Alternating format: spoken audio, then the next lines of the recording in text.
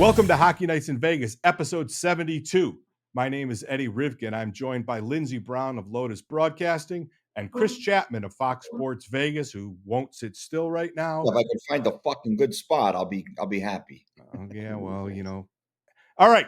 The episode is brought to you by the Las Vegas Advisor, www.lasvegasadvisor.com, and by Dr. John Pierce, my very good friend at agelessforever.net. Oh, it's a fun day in the NHL. It's about 12:30 in Vegas. The trade deadline is 30 minutes old, basically. And boy, oh boy, there's a shit ton to unwrap. But the big trade, I guess we'll start with the home team. At 11:59 and 57 seconds, the news broke that the Vegas Golden Knights had acquired Tomas Hertl from the San Jose Sharks for a prospect, some draft picks, and allegedly a bag of used pucks. Now, we all know the Vegas Golden Knights have a penchant. That's a big fancy European word. For spending every dollar that they have. But let's just jump right into it. Who had Tomas Hertl on their bingo card, kids? 0 people. Yeah. Who would think he would be available? He just signed an 8-year deal within the last 2 seasons. He's been out with a knee injury. He wasn't on anybody's radar in terms of will they, won't they? But I think San Jose has to get creative with their rebuild. And as probably conflicting as it is for Sharks fans to see probably one of the favorite players to go to your arch nemesis, they got a haul back for him. A haul. Did they though? I think so. I don't know. I'm just listen. It takes a lot to completely shock me, and that's really hard because the team always seems to come up with just a whopper. But this one, I mean, it's just completely out of the blue. I mean, I literally, and I've been junkying out on this for the last couple of days, literally listening to the NHL Network on Sirius all day while I was working. His name never came up once. Zip, zero, fucking nada. And lo and behold, and like you said, had knee surgery, still on IR. Something. one of those bumpers that the NHL puts in there for the concept of a regulation. But holy sweet mother of Jesus, if he's healthy on April 22nd and Stone is healthy on April 22nd, this is a brand new team. Mm-hmm. Well, I think the message that it may send to me is Stone is not going to be healthy on April 22nd. I think the idea that you go out and you make a huge splash like this, I mean, you basically went out and got a player who wasn't even on the market. Apparently, nobody thought he was on the market, but right. I mean, there's nothing to say that Stone won't be ready on April 22nd. Correct. I just think this is a move where you're saying, all right, we're not only going to go for it this year, but we're going for it for the next 4 or 5 years. 6, 7, right? I'm looking at Hertl's number here, and he makes $8.137.5 million. We'll call it $8.1 million. That's a lot of money against the cap. But take 25% off. Yeah, 17%. 17%. What is it? That's I'm seeing from the big sources in all right, terms of so 17%. Hertl at 6.75. That's what Darren Drager says in the package. They're retaining 17%. So I mean that's a lot of money to save if you're Vegas. But I just think that when you talk about the lacerated spleen, the timeline for recovery, I just have a hard time thinking Mark Stone is going to be healthy. And that's just my opinion. Look, I'm not a doctor, obviously. If I was, I'd be making a lot more money than what I am today. But I just think that he's not going to be available. And this is a move where you're saying, look, we've got this group with Marchessault. We already went out and got Hanifin. We've got Carlson, Stevenson. let's go out and find the best player we can find to replace Mark Stone's production. But, oh, by the way, we're going to have him for a couple of years, more than a couple of years, 6 years to be exact. I don't think getting Hertl has a ton to do with Mark Stone. I think that they're probably going for it because that's what they always do. They're really nervous about the shitty play they've been watching, and for sure, there's a hole in the lineup with Mark Stone out, and there is reason to believe because we're seeing Pierre LeBrun and other bigwigs report that Hertl is expected to return before the end of the regular season.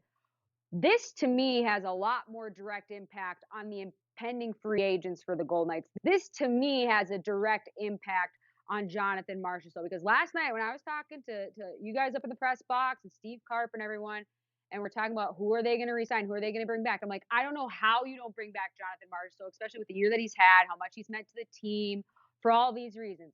But we know the coldness that this organization operates within. Yes, Eddie? Bye-bye. Oh, sorry. Thanks for playing, Johnny. And then you look at how this team is built. They do not go sign free agents very often. The biggest one is Alex Pietrangelo. Other than that, Jack Eichel. How was he acquired? Through a trade, cost certainty. How was Ivan Barbashev acquired? Trade and then signed to extension, cost certainty. Nicholas Waugh was a trade. Anthony Mantha was a trade. Chandler Stevenson was a trade. Keegan Kolesar was a trade. Mark Stone was a trade. Shea Theodore was a trade. This is what they do. They don't get to free agency and pay inflated prices for whoever it is. And so I think that this is an all-in. You have Hertl, Stone, everybody. It's going to be a hell of a team to field for the playoffs. But then when the offseason comes, it's going to have a much different complexion going forward. Well, I think this team, and I think it's the right approach. I don't think they want to waste their time with free agents, like you said, Lindsey. But I think their belief is, and we saw it with Barbashev last year, and we've seen it in the past with other players, that once they get a guy here, that they'll keep him if they want him. Like, I once heard a recruiting pitch from, I can't remember what university it was, but I think it was UCLA, and they were talking about recruiting basketball players. And the coach at the time, I can't remember who it was, but he made a comment that once we get a player on campus, we know we're going to get that player if we want him. And it's the same thing in Vegas. Once you get a player here and they see the rink, they see the proximity to where they're going to live, they get a taste of the weather, they get a taste of the restaurants and the shopping for their families and the entertainment and just the lifestyle. You know, we talked about it on the Insider Show yesterday with me and Ryan, and I was talking about Noah Hanifin. And no offense to Calgary, I've never been there. I can't knock it because I've never been there. But it's a weird town. It's a weird town. Everybody leaves at nighttime. Nobody lives there. The Stampede, which supposedly is a amazing, fantastic. But it's Vegas, and you can't compare. There's so few markets in this country that compare to Las Vegas in terms of giving a player everything that they want. And then you also look at the fact that it's an organization that wants to win. Like, they don't acquire players just to meet the ceiling, right? Like, they go out there and they spend every fucking dollar that they have to spend every single year because they want to win. And that's the most important aspect here. This franchise wants to win, maybe more so than any other franchise in the NHL. And that's why they won last year. That's why they won the trade deadline again this year. They won it last year. They won a cup. They won it again this year. Whether they win a cup or not, let's see. But they have put the pieces in place to basically tell the rest of the league, this is how you fucking do it. If you want it, come get it. I mean, there's only two other teams, and I'll say Carolina to an extent, but Florida and Colorado are the only other teams that decided they were going to go out and do everything. They were going all in. All the chips are in. And right now, look, if the Golden Knights make the playoffs, they're the favorite to win the Stanley Cup. I don't care where they finish in the West. They are the favorites to win the Stanley Cup. I think Colorado is probably the number 2 because if Gabe Landeskog comes back for the playoffs, that team all of a sudden becomes a fucking dangerous team. I think Florida. I think Florida's in the mix as well. Edmonton, they didn't do a damn thing. They got a couple of guys, and well, they needed. We'll get to the arms race in the West for sure. But I think, I mean, this is talk about cost certainty and things like that, and the Golden Knights sort of disdain for rentals. I'm no math wizard, but it's hard to see how they're going to be able to extend Hanifin and keep Hertl at the same time. I mean, unless there's a surprise retirement, listen, something is amiss, and it doesn't really mean one thing because there's still a season to play and a cup to be awarded. And you have to applaud the fact that they don't care about anything. They're, like you said, their chips are continually in the middle of the pot, and they're going to go for it. And whatever happens after the league year ends, they'll get around to sorting that out. But we talked about it a little bit on the last episode.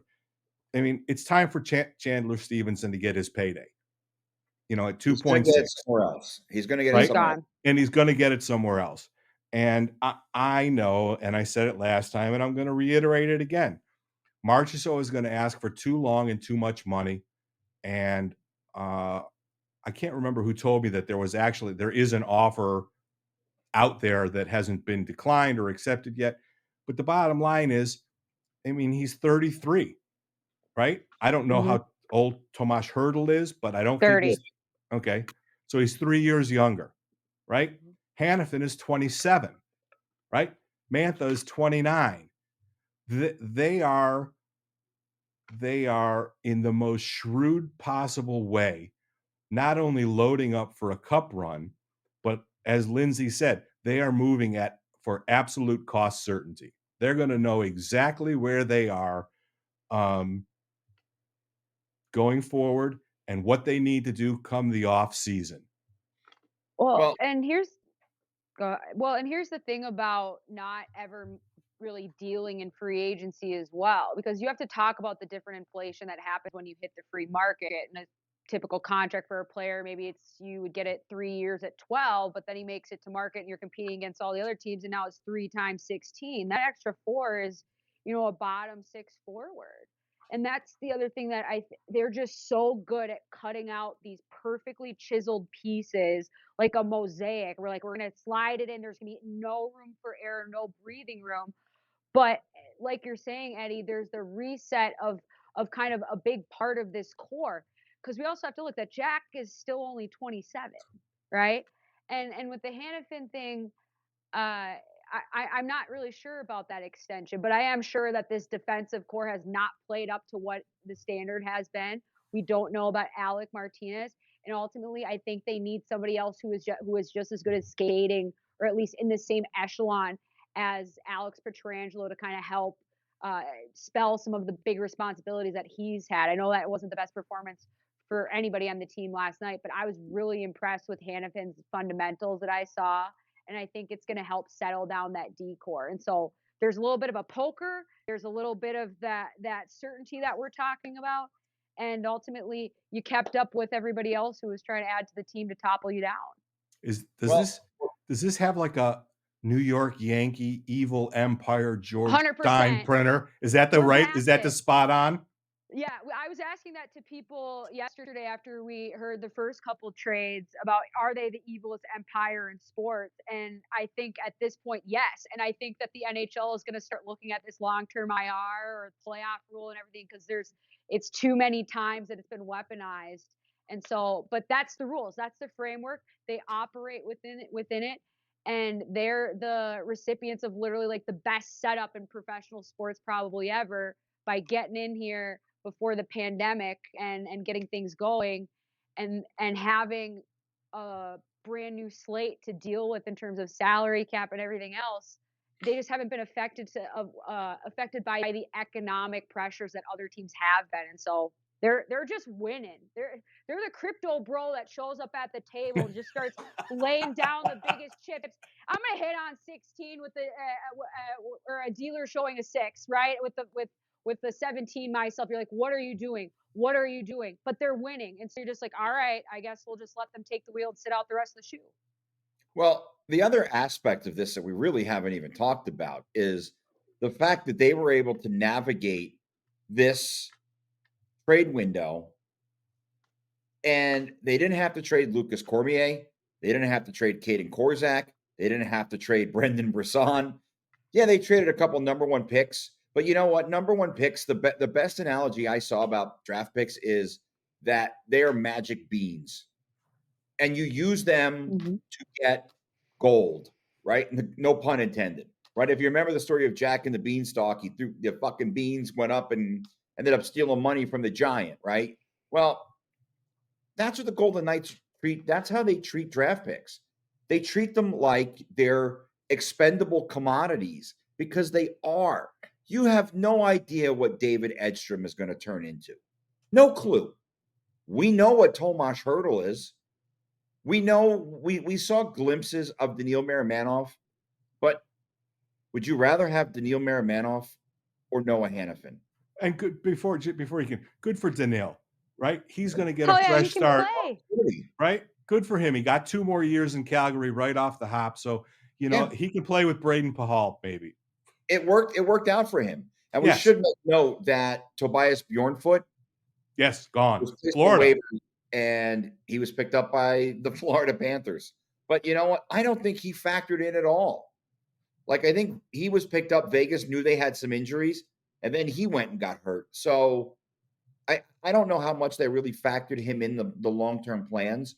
Look, former first-round pick, I think you certainly would have liked to have seen what he could have developed into. But when you got Noah Hanifin, guys like him became very expendable. And he was never going to make it to Henderson, and good on Florida for poaching him because that's a team that's going all in. But I think the fact that they were able to navigate the trade window with really not having to give up, they gave up basically one guy who's played a dozen or so games in the NHL. They kept Brisson. They didn't have to trade away any of their other defensive prospects. They still have Jakub Demek and Dorofeyev. Yeah, right. They have Dorofeyev. Not to mention the roster players that they didn't have to. Move off of. I think it really worked out for them. And look, we'll see. Anthony Mantha, obviously not the debut that he wanted to have last night, 1 minute and 59 seconds in. But you know what? He'll be fine. Lindsey talked about the glimpses she saw from Hanifin. I mean, this team, I'm not concerned about them missing the playoffs. I think even though they're struggling right now, like Bruce mentioned last night, he's confident that they will find it, and so am I. I'm not panicking. Look, Calgary sold. They're done. Seattle got rid of Wenberg. They're done. The only team you really have to worry about is St. Louis, and what really about Nashville and the Kings? Well, Nashville's ahead of them. Nashville, that's fine. They can make the playoffs. They're the 7 or the 8 team. It doesn't St. Louis matter. doesn't like back checking, so I'm not worried. Yeah, like the Golden Knights will finish in a playoff spot. Right now, I think they're 7th or 8th. And they're like 8 points ahead of the team that's in 9th. So I'm not too concerned. I'm not concerned about that. There's no panic. But, I mean, look, you got to go out and applaud Kelly McCrimmon and George McPhee once again for showing every other team in the NHL how you should run an organization. So put it on career mode, like you're playing your Sega, your Xbox, and you use every advantage you can, and you go out and you trade those draft picks and you trade whatever you feel you need to trade to make your team better. And that's what this team did. They went out and they made a big splash again. But there's a difference. right? These guys, they make big splashes, but they don't go out and make big splashes with no substance, right? Like every big splash they've made, with one exception, and I will say Tomas Tatar, has worked out for them. Every other move that they've made, Pacioretty, people can piss and whine about that. It was a good trade. It was a really good trade. And Pacioretty was a good player. The problem was he just was injured a lot. So, like, when it comes to their trades, they pretty much win every single trade. So I thought that we would talk for a few minutes about who won the trade deadline, but I don't think that really, I don't even think that's really a question anymore. But I would like to address the arms race in the Western Conference because, you know, everybody's been sort of saying we know what 8 teams it's going to be, but we're not quite sure how they're going to slot in. And we've talked multiple times that it doesn't really matter where the Golden Knights slot in. You just got to get to the dance. But Colorado picked up some people. Edmonton sort of picked up some people. Dallas picked up Chris Tanev. Winnipeg picked up Tyler Toffoli, who's on his 27th Canadian team, I think. He seems to enjoy the 50% tax and vinegar on his French fries, perhaps, or mayonnaise, or whatever the hell they do to French fries up there. Poutine. What? Poutine. Poutine. Gravy, right? Poutine's great, yeah. Yeah. But who of the legitimate Western contenders, Winnipeg, Dallas, Colorado, Vancouver, Edmonton, who of those teams do you think took a significant step, or do we just not really care what they did because we smashed everybody like, I don't know, pick your WWE wrestler? No, I like what Colorado did. I think they were pretty bold. Casey Middlestat is a top 6 center or top 6 skater, so he's going to center their number 2 line. I think some of the moves that they were able to make. I mean, look, they obviously traded away Bowen Byram, who I think is a really good player. But Sean Walker coming in, I mean, that's a move you make if you're trying to win a Stanley Cup. So I like what Colorado did. I think Winnipeg, they got another guy who can score goals and a guy who's a winner in Tyler Toffoli. So I think that's a good move. You know what, Dallas? I mean, I think they probably needed to do something else. I mean, I like Tanev. I think he's a really good player, but I just feel like they needed a little bit more. Edmonton, I don't really know what their plan was. They got Sam Carrick, who is a guy. Today they made another trade for another guy who's not a bad player, but and then Henrique. I like Adam Henrique, and that's probably the best player that they acquired. But I don't feel like Adam Henrique or Sam Carrick or Troy Stetcher, who they got yesterday. Yesterday they got Troy Stetcher. I don't feel like those are moves that really move the needle. Like, I don't think they elevate you ahead of Colorado or Vegas or Dallas. I think they needed to do more. Maybe they'll prove me wrong. I don't know, but I still don't know if I trust Stuart Skinner.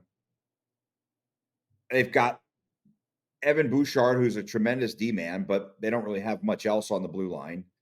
I don't think Darnell Nurse is anything special. He's paid like he's a special player, but he's an above average defenseman. I just think they needed more. And Vegas and Colorado, they went out and got more. Edmonton made moves, I think to say we made moves. Because I don't think they made a big I don't think they're difference makers. Eddie, who did you think won the trade deadline? I mean, or who do you that isn't in Vegas? Who's in second place? From the Western Conference, I think it's probably Colorado. Mm-hmm. I mean, listen, Edmonton is an enigma. I don't quite understand why Vancouver didn't do more. Like yesterday's big rumor about Vancouver is they were talking about flipping Elias Lindholm to Boston. And he's only been there like 2 weeks, I think, right? Maybe 2 weeks. Yeah. And, they, even though Vancouver came in and played they played a pretty solid game against a team that didn't play a solid game, the Golden Knights last night. Vancouver hasn't shown me anything that means they're going to be a wagon in the playoffs when the ice gets smaller and the game gets meaner. They didn't really step up and do anything. I don't think that they are good enough to stand pat. I thought maybe that they would do more, but I just am stunned. I mean, it's an hour after the trade deadline, and we were all sort of chatting on different platforms when Kevin Weeks put the tweet out with the big rolling eyes. Right, he was the first one who knew it was Hertl, and then it took a few minutes for it to break. I'm astounded. Not as a fan, sure, I'm a fan, but just at their majestic ability to do every single thing that they want to do with absolutely no regard to anyone else. They're playing a video Anybody game. stand out to you, LB? Anybody stand out to you? I think what Florida has done is really interesting. You think Tarasenko is going to be something for them? He could. He could be. He wanted to be there. Yeah. That's where he wanted to go. And he made that clear yesterday that was really the only place that he was looking at. So, I mean, I like that. And I think getting Kuznetsov is, I'm sorry, he went to Carolina, but I think Carolina and Florida from the East, they were the two teams that kind of made the big moves. Sorry to cut you off, Lindsey. It's all good. I'm concerned for Sid and for the Pittsburgh Penguins. I'm thinking about like the collection of pieces and certainly all the movement that's happened. But I'm also thinking about the teams that have kind of been left in the wake.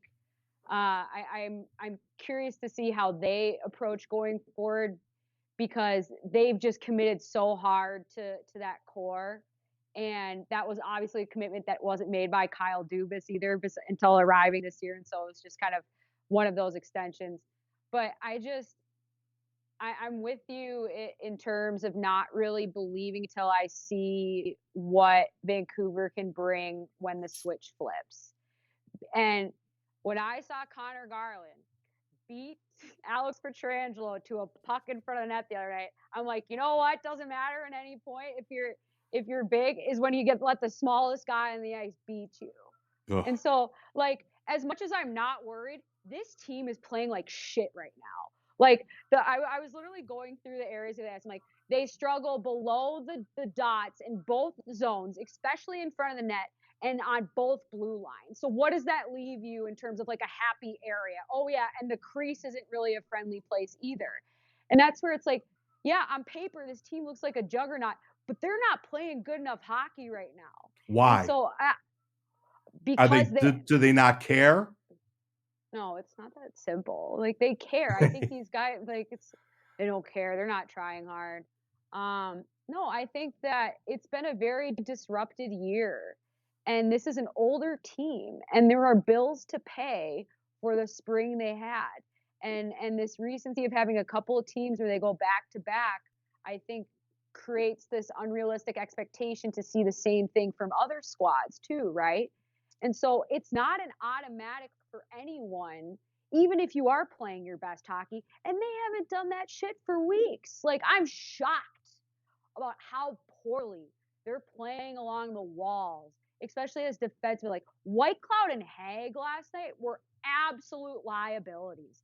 And you could deal with maybe one of the two of in terms of half the pair having a tough time. But it seems like on any given night, half their defensemen are working through something. And so it's just getting everybody back in rhythm, and these like clean plays that Bruce Cassidy is talking about. It's in those little details like puck collections on boards and where they're taking it with the wrong hand and then they pivot. Like, some of the decisions that they're making seem so boneheaded, but that's because they are so deep in whatever slump this is right now that they're gripping that stick tight. And so it's kind of like the goalie philosophy we were talking about last week. Like, you got to trust it and keep working your ass off. And sometimes they struggle to compete in that department too. So that's where you start. Special investigator Chris Chapman put the screws to Shea Theodore last night in the postgame. And he'll probably be banned from asking questions for a couple of games for being a dick. But I wasn't a dick. Look, I asked him. I know you weren't. You just wouldn't let him off the hook. So yeah, I asked him a legitimate question. He tried to not answer it, and I held his feet to the fire, like a good reporter does. You know, I asked him, why has this team not started well I just pointed out the last 4 games. You know, they haven't led in a game since they beat the Leafs over a week ago. That was Tuesday of last week. We're on Friday. And he gave me some answer about 6 minutes of penalties in the first period. And I said, no. I'm asking you about the last 4 games. And he really didn't have an answer, just that he feels that they have the right guys in the locker room to get it turned around. And look, I believe him. Answer. I believe him when he says that. You know, like I don't think he's bullshitting when he says that. I think he does believe that they have, just like I believe that they have the guys in the locker room to get it turned around. But I just thought, you know what? Like, I asked you about 4 games, not tonight. And, you know, I think the fans are owed some kind of an explanation. You know, like my job, when I view my job as, when I go in the locker room, I get information for fans. I don't ask questions to hear my own voice. I'm not asking questions for clickbait. I'm asking because I feel like sometimes the players, they have to explain things. You know, they may not feel that way, and they don't necessarily have to answer it. But if I ask you a question, there's a reason behind it. Because look, I mean, at the end of the day, I want to see the team succeed. I want to see them do. This just in from NHL, from the Vegas Golden Knights Public Relations Department. Chris Chapman has been banned from the press box for 2 games for being mean to Shea Theodore. Hey, you know what? I almost wasn't going to be there tomorrow night anyway. So, you have to come for the Red Wings. Yeah, I know. Well, yeah. I mean, I'm guessing it'll be a good old time up in the press box. You want to know why Vancouver was quiet at this deadline? I'm just seeing this come across from Thomas Drance. He has a quote here from their GM Patrick Alvin. He said, "We were involved in most of the players available. I think they were probably deep in that Gensel trade to that ended up in Carolina." But then he further noted, "I don't think there were a lot of quality players available." I feel like the Knights got 3. Yeah. Well, and one that wasn't even on the board. You're like, you just got to go dig in the different place then. Come on, my guy, get creative. Well, they had to be fair, they had a bit going on, right? Like they did re-sign Elias Pettersson. So, I mean, while it's not a trade deadline move, they locked him up long term. So there's that. They don't have to worry about him leaving now at the end of the 4th season. highest paid person in the NHL, which blows my mind. Which he shouldn't be. He's 4th highest. Fourth. And you know, I was looking at their salary cap because I don't know how they're going to manage this. They have like Quinn Hughes and then 1 defenseman on basically a league minimum, and those are the only defensemen signed through this year. So I'm like, best of luck for this long-term plan with this core. Best of luck. Yeah, he can't be 4th. McDavid, McKinnon, Marner, Matthews, Crosby. I mean, he's going to be at 11.6 million. I mean, that's quite a bit of change. But seriously, to Lindsey's point, Quinn Hughes is locked up to 27, 28. Tyler Myers, free agent. Philip Hronek, free agent. Nikita Zadorov, free agent. They do have Carson Soucy signed. I don't think he played last night, did he? No, I think I saw him out there. I think I Ian saw Cole, free agent. Mark Friedman, free agent. Noah Juleson, free agent. Yeah, that's no. He has. I think he has Noah one more year Juulsen's the guy locked up for 2 more years. So they're in dangerous about to become the Edmonton Oilers territory, where they're too top heavy and too many dollars dedicated to too few players. well, you know what? If you're Vegas, you love that. Uh-huh. You love teams within the Pacific Division that are top heavy in some regards, and it prevents them from going out and making moves to balance things out. I think we knocked the LA Kings. The LA Kings are a well-run organization. Like Rob Blake does a really good job in terms of making sure that they don't overpay. And look, I think the Pierre-Luc Dubois thing, if he doesn't produce in the playoffs, it's going to blow up in their face. But I think that's an organization that gets it. They know how to win. They know what they're doing. I think they would love a little more stability at the coaching position, but I think the way the front office operates, they do a really good job. Like they don't overpay. They don't go out and make bad trades. Although, like I said, the Luc Dubois thing could turn out to be. Same with Fiala. Well, I think Fiala's been fairly decent for them. Their goalie situation is meh at best. Yeah, I was a bit surprised that they did not. I mean, I know Cam Talbot's played well, but I don't know if I trust Cam Talbot in the playoffs. They had a deal on the table for Linus Allmark from Boston, I read earlier, but it didn't get across the finish line. So that was probably in the works. Are you, Lindsey, are you surprised that Jake Allen was the only goalie on the move?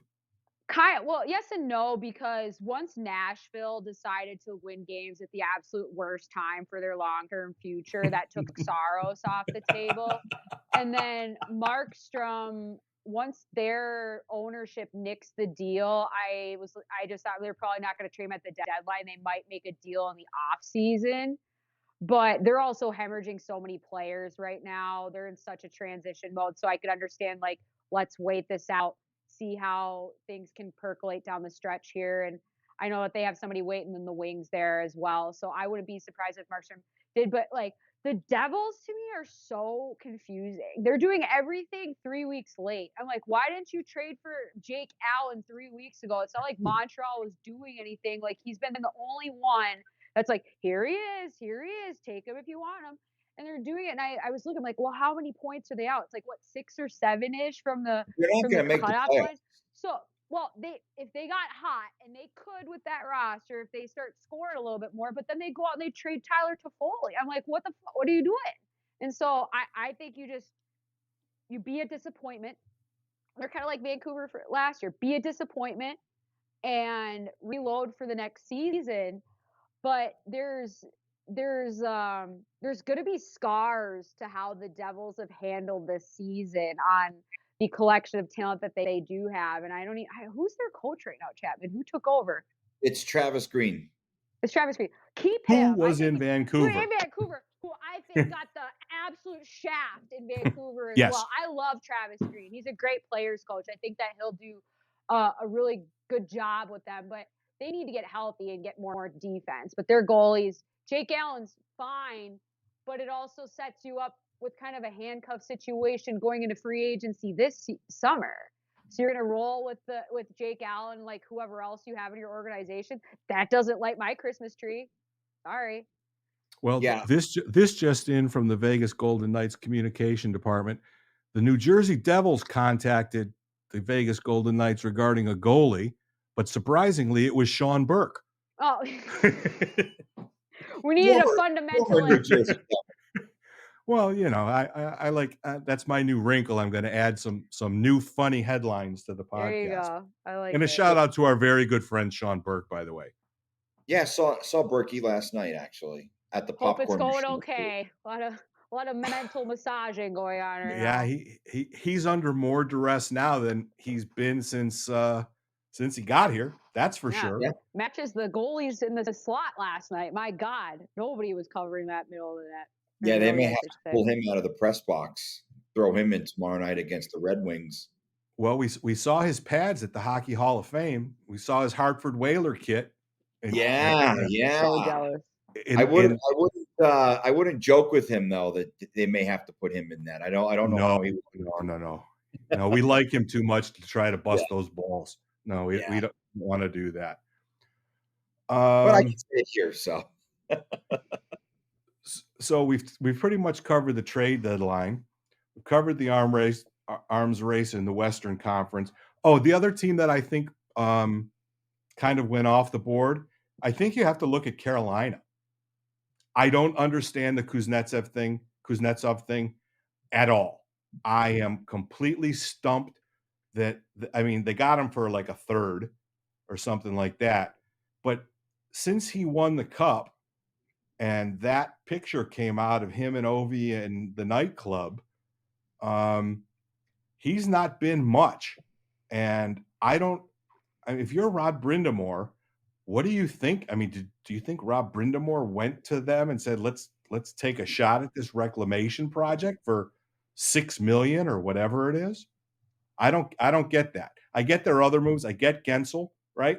I think the give back was not unreasonable for a guy who Gensel, who is a legitimate scorer and plays well with superstar kind of people. Talk about and Spetch always gets hurt in the playoffs, so you need to have another scorer to help out Aho. He is a little bit tender. Yeah, that's for sure. Him too. He's a great player. But I mean, Carolina went sort of out of their normal behavior, and if the Rangers didn't really do much, right? You thought they would be in on Frank Vetrano for sure. Frank Vetrano didn't move. And Buchnevich for sure. Asking price was very high in Frank Vetrano, apparently. Which is weird because the guy has one more year left on his deal, and he's probably not re-signing there. That's where I'm like, Anna, Ducks are gonna duck, man. Like, whatever. You don't want to move on. Yeah. You guys are doing great, right? Yeah, but that doesn't really make sense because the GM of the Ducks is Pat Verbeek, who comes from the Steve Yzerman GMing tree, right? And was first hired by Ken Holland when Ken Holland was a real GM, before the salary cap. Sorry, Ken. Fuck you. You got one cup for Detroit, but you've wrecked Edmonton. Detroit versus everybody, baby. They might like Frank so much they want to keep him around because he did help with that Vans collaboration for the Ducks. Did you see those shoes for the Vans collaboration? No. Yeah, I think they might re-sign Frank. So you're like, well, if you give us an obscene price, we'll let him go. But otherwise, we'd like him to stick around. But on the Kuznetsov deal, should be noted, Washington retained 50% of his salary. So Carolina did get a bit of a deal, and they only gave up a third-round pick. That's a team that's real close. Okay, but picking up Kuznetsov would be like if the Golden Knights went out and picked up James Neal out of the pizza parlor he's working. I think Kuznetsov is there's the potential for Kuznetsov to resurrect his career. Ooh, goalie trade just came through. Go ahead, that'll be breaking news. Per Kevin Weeks, the New Jersey Devils are trading goalie Vitek Vanecek to San Jose for Kaapo Kähkönen, who is a former netminder for the Minnesota Wild and has been getting his ass lit up in San Jose for a little bit. Yeah. So now you're going with Jake Allen and Kähkönen. You know what's funny, LB? I said in November that the Devils should have made a move for Kähkönen. Yeah, Kähkönen, not Kaapo. Kaapo's in New York. What did I say? Kaapo Kähkönen? No, I think I said Kaapo. There's a lot of There's a lot of cocking around going on this episode of Hockey Nights in Vegas. But like I said, he's played well considering what's in front of him. Yeah, agreed. I like the trade for the Devils. And look, Vanecek, great follow on Instagram. Not a great goalie. Wow. Well, that's a redeeming quality. He's got Instagram. I mean, everyone's got to have something. And Vanecek is a guy whose Instagram is quite interesting. And I have you too. Yes. Thoughts and prayers in your life. Follow Vitek Vanecek on Instagram, folks. All right, now we have to get down to serious business. We've clowned around for 45 minutes, but covered a lot of important data. It's stretch run time. And I think the stat, and I won't be exactly right, but I'll be close. Since the big start of the season, the Golden Knights are 22, 23, and 6. What in the fucking fuck? I mean, we understand the hangover normally happens at the beginning of the season, but the beginning of the season, they were running on the adrenaline of the cup. But since that sort of wore off, 22, 23, and 6? Yes. The disclaimer is they've played with their expected lineups once in 62 games, something like that. But as much as we haven't doubted them, how can you not be seriously concerned about their ability to even play 2 Vegas Golden Knight, and I say that in air quotes, games back to back? I mean, they mollywomp. I got to pop in. We got another big name that's moved. Oh, more trade headlines. Go ahead. The Arizona Coyotes have traded a guy Lindsey knows quite well. Dumba? Almost became a Golden Knight, Matt Dumba, to the Tampa Bay Lightning. Yeah. Wait, how about that? And the go back, I hope everybody's sitting down, a 5th round pick in 2027. I was shocked. That's less than a bag of pucks and a used roll of tape. And I love it. I love it for Tampa. He's a wheeler and a dealer, man. Let me tell you, he makes some really dumbass decisions out there. Absolutely that. But he can hit, and maybe he's lost a step. He's not, 26, 27 anymore. But a 5th rounder, I was like, holy shit. A 5th rounder in 3 years. 3 years from now. I mean, the NHL Network. Okay, we got to get back. We have to get back to the Golden Knights. Yes. Last night in the dressing room post game, they seemed defeated and somber. Would you agree with that when we talked to Shea and Nick Waugh? They didn't have answers.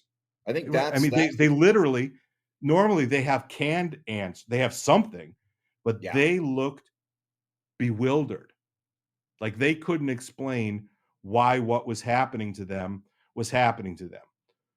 Bruce, who apparently has already reached his zenith of anger when he said, "Listen, they just." I can only imagine how many trash cans he's thrown this year. But last night he was somber. He was. I mean, the big quote on the road trip was, "Listen, they just don't want it." Right? That was the thing that made the headlines and everything else like that. So I'll ask you this, esteemed colleagues. The fan base is abandoning them like rats off the Titanic. And it's the funniest thing ever. Social media, anyway, that's another subject for another episode. But if you want some good reading, you should listen to what the fans think of what's going on and what the Golden Knights remedies should be. But my question to you is has any doubt crept into you about this team's ability to get right? Nope. Yes. It doesn't matter if you're a Stanley Cup champion. Hockey's fickle. And that's the thing where it just seems like there's so much disintegrated play where this goal's a tweener rush chance against, and this one's a bad rebound, and then it beats Aiden Hill 5-hole. There's not even consistency in their mistakes sometimes. It's kind of like how the Raiders were at different times last season, but we're no football. And so there's only so many games, and that's where it's like I don't understand this feast or famine fandom where you're only on when they're winning and then you're not when they're losing. I'm like, they haven't even been losing that much. They're still in playoff contention, and if they don't start playing differently, they could absolutely miss the playoffs. They absolutely could. And even if they do make it in, if they're playing like this, they're gonna get waxed. And so nobody wants to be that. Nobody wants to be Colorado last year, right? And so I'm concerned about it. But it's a day-by-day chance. Hang on, chap. What do you think the percentage of them missing the playoffs is? Well, I don't know how to factor in like all the other teams that are doing it. I just say like right now, probably like close to 40. Wow, really? Well, they're playing that bad. No, they are playing. They're up, but And okay. if you don't change it, if it just keeps going the way it's going and they keep giving up leads and they have to keep clawing back and using all of their energy canisters just to get back to even, and then people start getting frustrated and then people start playing hero puck because they're desperate. There's a million different psychological things that can go on. But the main thing that I think this team needs, and I think they got for the majority or at least for the first few minutes of that opening period from Aiden Hill, is weathering that storm through the first period. And it's just been such a slog. And again, like I said last week with goalies, you just have to kind of trust the process. But sometimes the process's timing doesn't line up with your deadline. And so I don't know. Maybe All not right. 40's probably mean, but that's Same question, chap. Is there any doubt whatsoever in your mind that they're going to make the playoffs? And if the answer is yes, how much of the pie is it, do you think, that they might actually not get in? Well, I'm not going to hit the panic button, and I'm not concerned about them missing the playoffs. I think they'll figure it out. I think they'll get it right.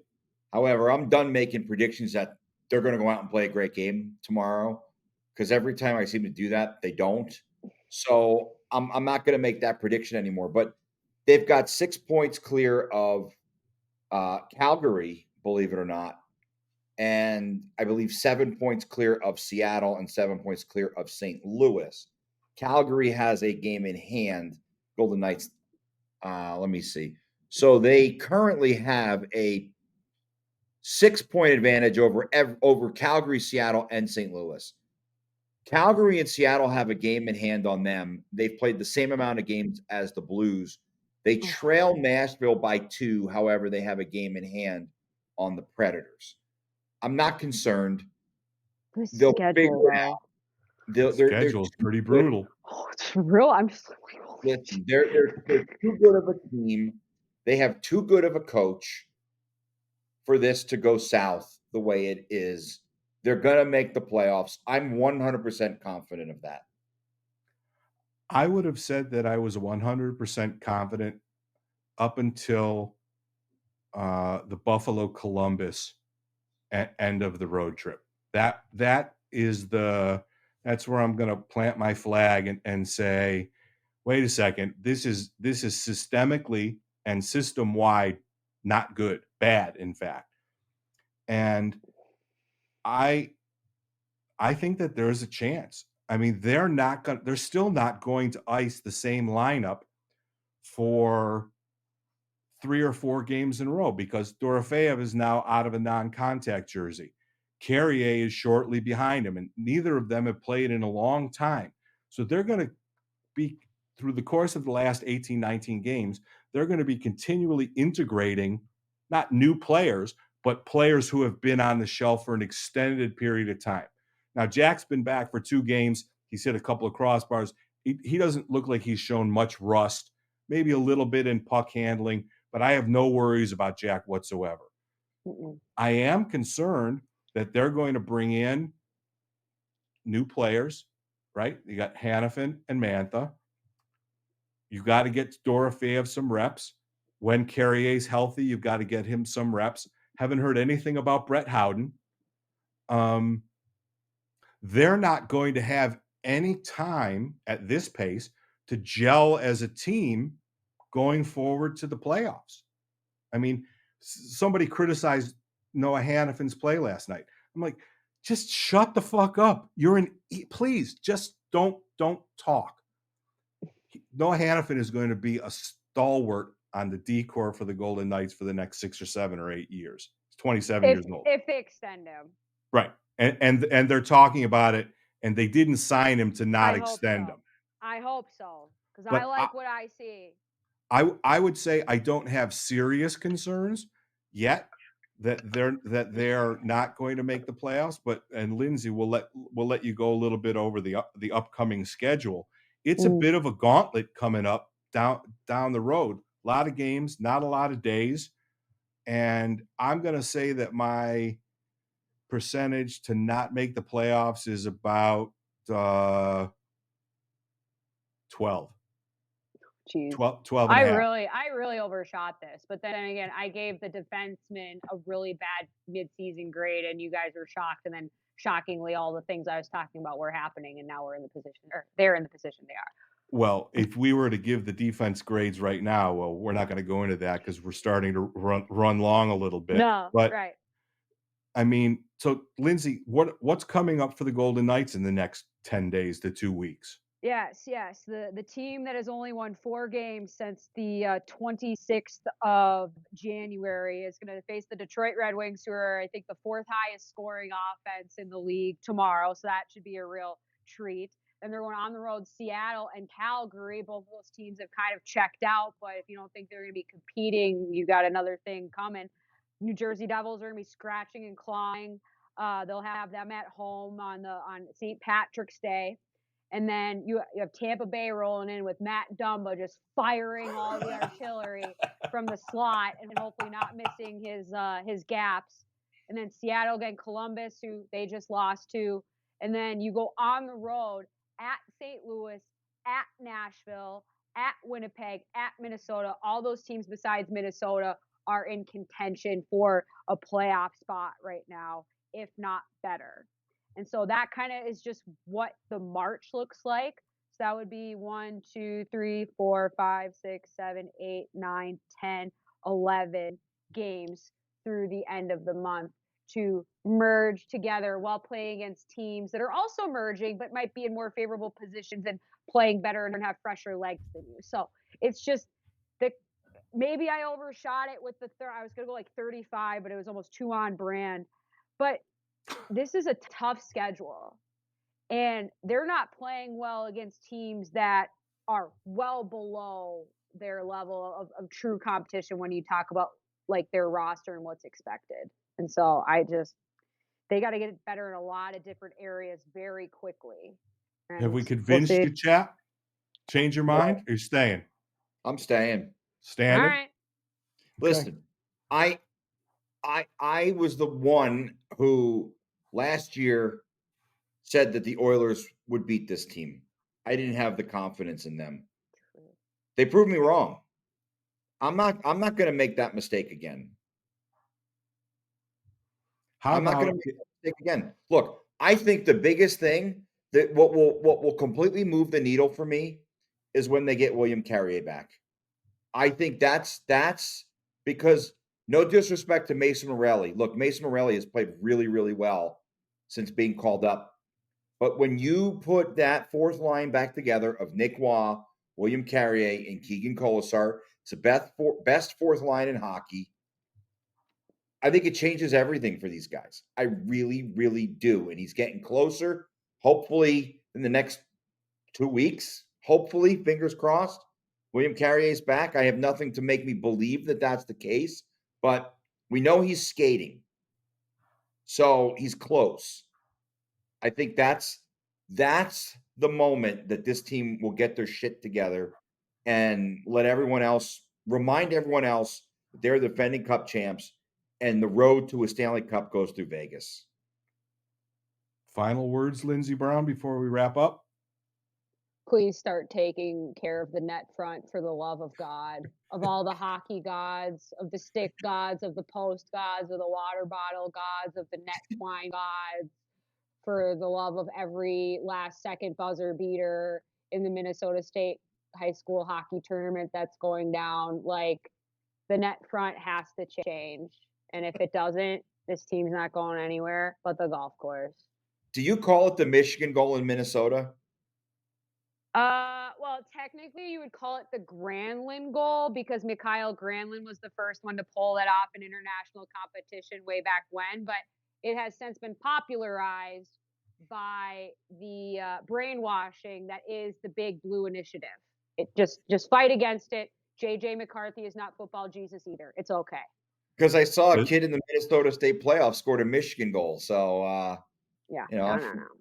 And for the record, the first person to do it in international play was not Mikhail Granlund. It was the most recent one. It was Pavel Datsyuk. Oh, who plays? What did he do? What did he do, really? Yeah, he was just your average run of the mill 6th round draft pick. He's casual. Yeah, very casual. All right, kids, we're right at that magic number. Well, let's recap. The Golden Knights won trade deadline. We've established that they are the evil empire. They are the New York Yankees, the most hated franchise in professional sports.